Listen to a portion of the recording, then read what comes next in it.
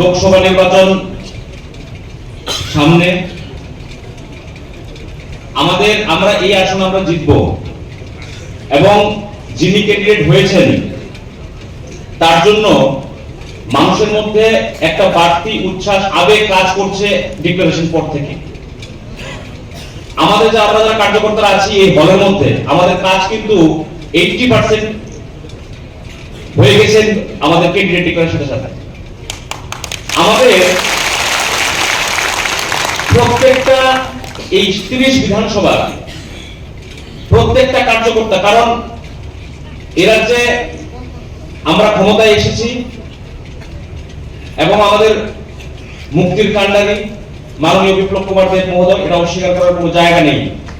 ওনার নেতৃত্বে এ রাজ্যে পরিবর্তন হয়েছে।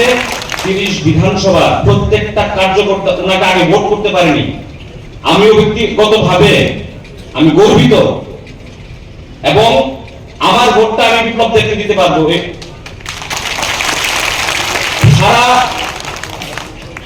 30 বিধানসভার মধ্যে একটা উন্মাদনা উচ্ছ্বাস কাজ করছে। সমস্ত কার্যকর্তার প্রতি আমার বিনম্র আবেদন থাকবে, কোনো ডিফারেন্স না করে আমরা যদি মাননীয় বিপ্লব কুমার দেব মহোদয়কে ভালোবাসি, ভালোবাসাটা ভোটে রিফ্লেক্ট করে দিতে হবে।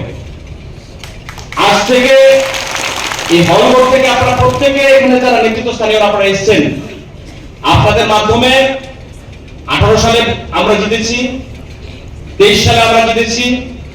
আগামী লোকসভা নির্বাচনে 90% ভোট ভারতীয় জনতা পার্টির পক্ষে, মাননীয় বিপ্লব কুমার দেবের পক্ষে আমাদের করতে হবে।